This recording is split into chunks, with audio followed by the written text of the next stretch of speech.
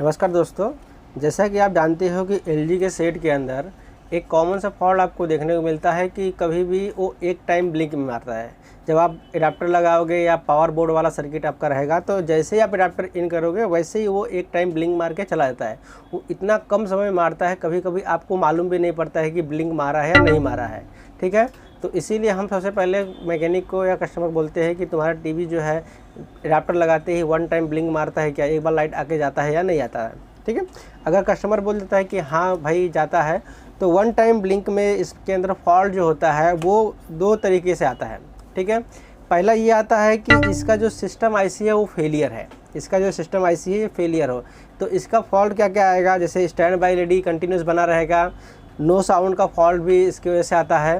ठीक है, अगर आपको कोई पीएफ शॉर्ट नहीं है तो नो इंडिकेटर भी इसी लाइट की वजह से आता है, और एक टाइम ब्लिंक भी आपको इसी आईसी को मारता है। ओके, तो ये आईसी आपको 24 इंच के अंदर, 32 इंच के अंदर, 40 इंच के अंदर, 47 इंच के अंदर, ठीक है, ये सारे बोर्डों के अंदर आपको लगे के दिखेगा।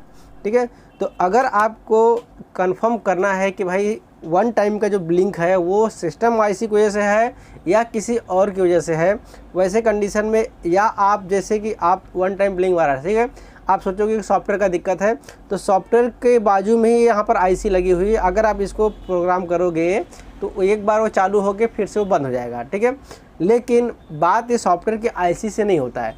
बात ये होता है कि जब आप यहाँ हीट मारते हो तो इसके सराउंडिंग एरिया में भी हीट पहुँचता है। ठीक है, तो जब इसके सराउंडिंग एरिया में हीट पहुँचेगा तो आईसी एक बार एक्टिवेट हो जाती है। ओके, तो वो क्या होता है, आपका वो चालू हो जाता है सेट। फिर जब आप दोबारा कुछ टाइम बाद आप चालू करोगे तो ये जो होता है वो आईसी ठंडी हो जाती है तो चालू नहीं होता है।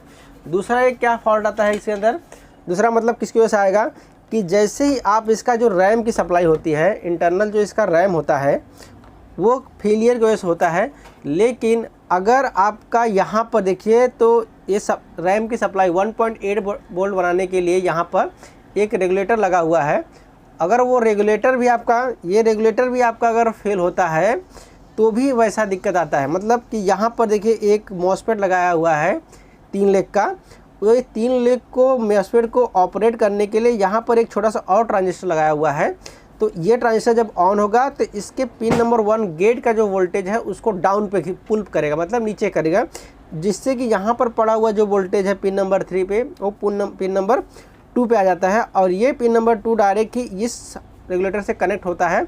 और ये कनेक्ट होने से क्या होता है कि यहाँ पर आपको 1.8 वोल्ट देखने को मिलता है। अगर ये 1.8 वोल्ट भी नहीं मिलेगा तो भी ये वन टाइम ब्लिंक मारता है। तो कंडीशन क्या बनता है कि जब भी आपके पास वन टाइम ब्लिंक में बोर्ड आए, चाहे वो 32 हो, चाहे वो 40 हो, चाहे वो 42 हो, चाहे वो 43 हो, चाहे 47, 49 जो भी हो, उसमें क्या करना है, सबसे पहला आपको वन टाइम ब्लिंक के अंदर आपका जो है ये मॉसफेट सही तरीके से काम कर रहा है या नहीं कर रहा है, ये आपको चेक कर लेना है। अगर ये 3.3 वोल्ट पास आगे करेगा तो यहाँ पर आएगा इस रेगुलेटर पे, और ये रेगुलेटर क्या है, एडीजे वाला, क्योंकि यहाँ पर देखिए रजिस्टर लगा हुआ है तो एडजस्टेबल वाला है। ठीक है, तो ये क्या करेगा, 1.8 वोल्ट आउट करके इस आईसी को देगा, जिससे इसका रैम का सेक्शन जो है एक्टिवेट होता है। ओके, अगर ये सप्लाई आपका मिसिंग होगा तो भी आपको ये वन टाइम ब्लिंक मारेगा। बाकी इंटरनल जो इसका रैम फेल हो जाएगा तो भी आपको वन टाइम ब्लिंक मारता है। वैसे कंडीशन में क्या करते हैं, अगर सपोज करो कि ये सप्लाई हमारी ओके है, ओके कभी कभी दिखाएगा लेकिन एम्पियर का मतलब एम्पियर का भी दिक्कत रहेगा, तो आपको एक बार बाहर से भी 1.8 इसको देख लेना है। अगर ये चालू हो गया तो अच्छी बात है, नहीं चालू हुआ तो चांस आपको है कि आपका सिस्टम आईसी चेंज करने की नौबत आएगी। ठीक है, तो सिस्टम आईसी आपको चेंज करना है। इसकी जो आईसी का नंबर है 6841 है। ये आईसी आपको बहुत ही कॉस्टली आईसी है, महंगी आईसी है। तो जितने की आईसी होती है उसी प्राइस में आपको बोर्ड मिल जाता है, लेकिन वो बोर्ड मिलेगा जो कि आपको स्क्रैप में, जो इसका डिस्प्ले ख़राब हो जाता है वो बोर्ड आपको मिल जाएगा, नया बोर्ड इसका आपको नहीं मिलेगा। ठीक है, तो उसके अंदर से आपको आईसी निकाल के डालनी होती है। अब ये आईसी चाहे 32 इंच में लगा हो, चाहे 49 इंच में लगा हो, चाहे 50 इंच में लगा हो, चाहे 32 इंच में, चाहे 24 इंच में, चाहे 28 इंच में, ठीक है, वो किसी में भी लगा हो, वो आपको निकाल के 6841 है, अगर इसमें लगा दोगे तो सेट आपका ऑन हो जाएगा, उसमें आपको कोई भी दिक्कत नहीं होगी। ऐसा नहीं कि 46 का है तो 47 का है या फिर 32 का है तो नहीं चलेगा, वो चल जाएगा, ठीक है। बशर्ते आपको कंडीशन यही है कि जब आप इस आईसी को निकालोगे तो इसको आपको ज़्यादा हीट नहीं करना है। अगर आप ज़्यादा हीट कर दोगे इस आईसी को तो होगा क्या कि ये आईसी ऑटोमेटिक डैमेज हो जाएगा, और जब भी ये डैमेज होगा तो वन टाइम ब्लिंक आपको मारेगा, ठीक है। ऐसा करके हमने क्या किया, एक बार जब फर्स्ट टाइम मैं कर रहा था तो मुझे इसका हीटिंग का आइडिया नहीं था, तो मैंने इसको क्या किया, इसको कम से कम नहीं तो निकालने में ही और डालने में ही मेरी जो आईसी है वो ख़राब हो गई थी। ऐसा करके मैंने 3 बोर्ड ख़राब किए थे, 3 बोर्ड की आईसी। तो आइडिया लगा कि भाई ये चलो हम इसको निकालते हैं, तो निकाला तो सही सलामत है, लेकिन जब हम इसको डालते हैं तो डालते समय क्या करना है हमको है कि पहले इसको आपको जो इसके पैड के जो शोल्डर है उसको अच्छे से आपको क्लीन कर लेना है। जब आप क्लीन कर लोगे तो इसके जो आईसी के लेग है, आईसी का जो लेग है सही सलामत एकदम लेग टू लेग बैठ जाएगा। अगर विदाउट क्लीन किए आप लगाओगे तो क्या होता है, कहीं शोल्डर ज़्यादा रहेगा, कहीं शोल्डर कम रहेगा, तो आईसी का जो लेग रहता है वो उठा रहता है, तो जिससे आपको लगाने में दिक्कत होगी। तो जब आप इसका शोल्डर का पैड अगर क्लीन कर दोगे तो आपको क्या होगा, स्मूथ हो जाएगा सर पे, और आईसी के जो लेग है सही सलामत उस पर चिपक के बैठ जाएंगे। फिर आप क्या करो, उस आईसी को अच्छे से शोल्डर कर दो, आपका काम हो जाएगा। नहीं तो आपको अगर थोड़ा सा इसको जैसे कि हिल रहा है तो हल्का सा हीट मार के इसको थोड़ा सा फिक्स कर दो, उसके बाद आप आराम से कर सकते हो, ठीक है। तो इसके लिए आपको इसमें जो वन टाइम का ब्लिंक आता है वो इस तरह से फॉल्ट नहीं होगा। और दूसरा इसमें एक दिक्कत आता है बैकलाइट का।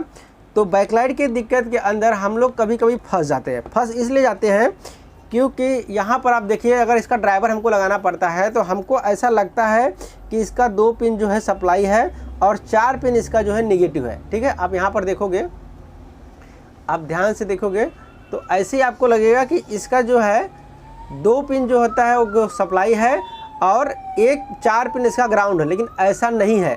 इसका ये 2 पिन सप्लाई है प्लस ये लास्ट का पिन भी इसका सप्लाई है। यहाँ पर भी 26 वोल्ट और यहाँ पर भी 26 वोल्ट आएगा। बाकी इस 3 जो लेग है यहाँ पर आपको 0.3 0.6 वोल्ट आपको देखने को मिलेगा। तो जब भी आप इसके ड्राइवर लगाते हो, आप बैकलाइट ड्राइवर लगाते हो, तो उसके अंदर आपको 3 पिन सप्लाई की रखनी पड़ेगी, ये 2 पिन और ये 1 पिन। ये 3 पिन आपस में शॉर्ट करके और ये 3 पिन आपस में निगेटिव करके तो ही आप बैकलाइट ड्राइवर लगाइए, तो आपको प्रॉपर बैकलाइट जलेगा। अदरवाइज़ अगर आप ऐसा करोगे कि भाई ये 2 पिन सप्लाई है और ये 4 पिन निगेटिव है, तो आपका थोड़ा बैकलाइट जलेगा और थोड़ा बैकलाइट नहीं जलेगा। तो अगर आपका आईसी फेलियर होता है, आपके पास आईसी नहीं है, बाहर से आप यूनिवर्सल ड्राइवर लगाते हो, तो ये बात आप ध्यान रखिए। और दूसरी बात जो आप बैकलाइट दिक्कत आएगा कि इसका एक बार इनेबल का पिन आपको चेक कर लेना है। इनेबल के पिन पे आपको 2 वोल्ट से लेके 4 वोल्ट के आसपास रहना चाहिए। अगर वो सब करेक्ट है और डिमर का पिन भी करेक्ट है, डिमर पे सप्लाई भी आ रही है, तो फिर आईसी आपको बदलने की नौबत है, ठीक है। और वैसे कंडीशन में आपका मॉसफेट और ये रजिस्टर आपका सही होना चाहिए, ओके। तो आप जाइए इस आईसी को चेंज करने के लिए। तो हमने इसमें वन टाइम ब्लिंक के बारे में देखा कि वन टाइम ब्लिंक में जो फॉल्ट आता है वो सिस्टम आईसी या फिर इसके रैम फेलियर, सप्लाई रैम की सप्लाई से रिलेटेड कोई ना कोई दिक्कत होता है, तो ये वन टाइम ब्लिंक में जाता है। दूसरा कि जब आप बोर्ड लगाते हो तो सेम बोर्ड, देखो ऐसा बोर्ड आपको दिया है तो सेम बोर्ड का कनेक्टर यहाँ पर भी फिट होगा, यहाँ पर भी कनेक्टर देगा और यहाँ पर भी कनेक्टर देगा। जो यहाँ कनेक्टर दिया है वो नॉन एचडी का दिया है, जो यहाँ कनेक्टर दिया है वो फुल एचडी का दिया है। तो कभी कभी क्या होता है कि जब आप बोर्ड ले जाते हो तो बोर्ड आपको सेम टू सेम दिखता है, आप कनेक्टर ध्यान से नहीं देखते हो, आप डायरेक्ट ही स्ट्रिप लगा देते हो। तो उसकी वजह से क्या होता है कि यहाँ पर जो लगा हुआ है ये 12 वोल्ट की सप्लाई जाएगा, जब यहाँ पर लगता है तो 5 वोल्ट की सप्लाई जाती है, ठीक है। जब यहाँ पर लगेगा तो पैनल सप्लाई 12 वोल्ट, जब यहाँ पर लगेगा तो पैनल सप्लाई 5 वोल्ट। तो आप कभी कभी यहाँ मिस्टेक कर देते हो कि आप ये नहीं देखते हो कनेक्टर कहाँ लगा है, नॉन एचडी पे लगा है, फुल एचडी पे, आप डायरेक्ट ही लगा देते हो। तो जिससे दिक्कत ये होता है कि आपका 12 वोल्ट की जगह पे 5 वोल्ट की जगह पे आपका 12 वोल्ट जाके आपका पैनल को ख़राब कर देता है। तो ये यहाँ पर एक बार ध्यान दीजिए, जब भी आप बोर्ड लगाते हो तो आपको बोर्ड सेम टू सेम देखने को मिलेगा, ठीक है। किसी के अंदर कनेक्टर बैकलाइट का आपको यहाँ पर दिया है, किसी के अंदर आपको यहाँ पर दिया है। तो 22 इंच के अंदर अगर देगा तो बैकलाइट कनेक्टर यहाँ पर देगा और ये जो पोर्ट है वो यहाँ शिफ्ट करेगा 22 के अंदर, ठीक है। 24 के अंदर यहाँ पर रहेगा और बैकलाइट कनेक्टर यहाँ पर रहेगा। ये बात आप ध्यान रखिए, ओके। चलिए।